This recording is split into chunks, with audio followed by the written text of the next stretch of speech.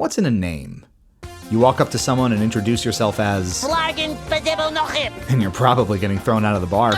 Call yourself Doug Dimmadome, owner of the Dimsdale Dimmadome. enough times and you'll probably have to back that claim up sooner or later. In a sense, a name is everything.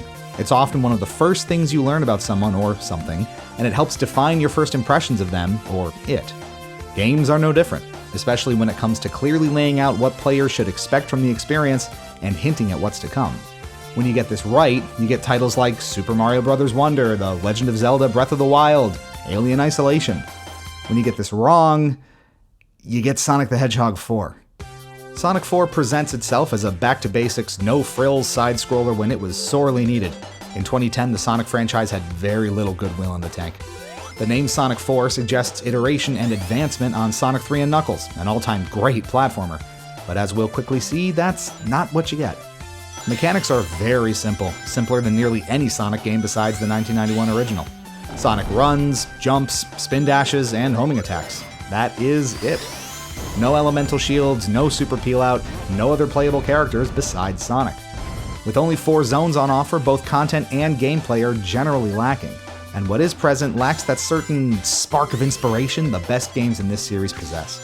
Level design is largely uninspired as Sonic stages go, with prevalent automation via boost pads, springs, homing attack chains, and forgettable level gimmicks taking center stage.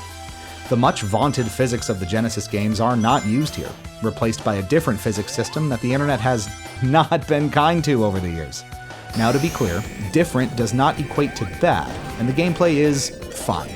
Bland, but certainly functional, and simple enough for anyone to master quickly. It's not a hard game by any means.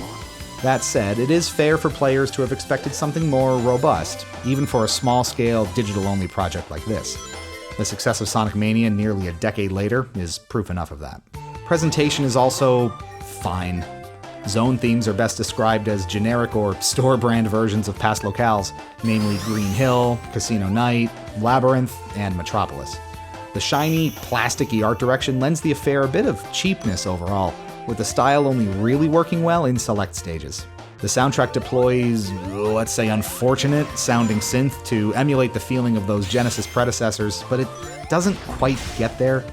Many compositions are quite good, but the instrumentation does them a disservice at times. The obvious theme here is that this experience really doesn't work as a sequel to Sonic 3, and that's because it was never supposed to be. Sonic 4 originally started life as a mobile game called Sonic the Portable, an inoffensive retread of familiar Sonic tropes and level themes for the rapidly expanding smartphone market, at a time before nostalgia fatigue really hit this franchise hard. Consider that for a moment, and try reframing everything through the lens of an early smartphone. The automation, the homing attack, the stop-on-a-dime physics, the broad level design, the play any stage at any time approach. In this light, the game's overall design does make a lot of sense. And for the right audience, i.e. casual gamers playing this for 5 minutes at a time on their iPhone 4s, it even has some appeal. So where the game ultimately struggles is in its positioning to everyone else as a follow-up to one of the best and most beloved games of the 16-bit generation. It's clear that rebranding this constrained mobile experience as Sonic the Hedgehog 4 and borderline copy-pasting it onto consoles was a cynical marketing ploy with too little effort behind it.